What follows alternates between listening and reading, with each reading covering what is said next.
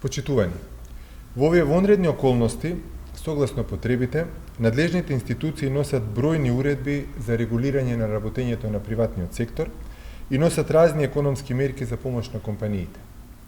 Разбирливо е дека при носењето на уредбите и мерките не можат однапред да се предвидат сите оперативни аспекти кои што ќе се појават при нивната примена.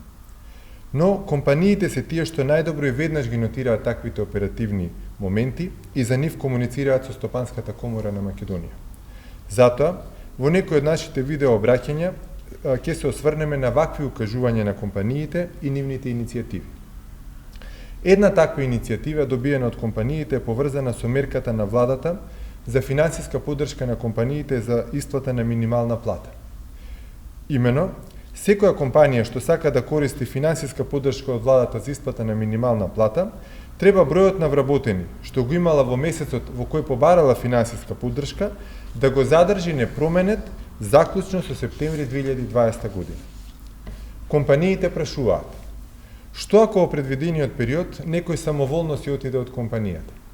Што ако некој направил сериозна повреда на работните обврски? Што ако компанијата има вработени на пробна работа, на кој договорот им истекува например во јуни, а компанијата не сака да им го продолжи договорот заради несоодветно извршување на работните задачи и непридржување кон договорот за работа кој го склучиле со работодавецот? Што ако компанијата имала работници што се времено ангажирани во периодот кога аплицирала за помош?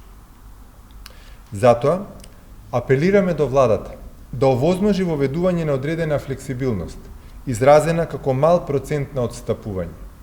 За обврската, компаниите да мора да го задржат бројот на вработени непроменет до септември годинава, кога компанијата користи некоја од погодностите предвидени со мерките на владата.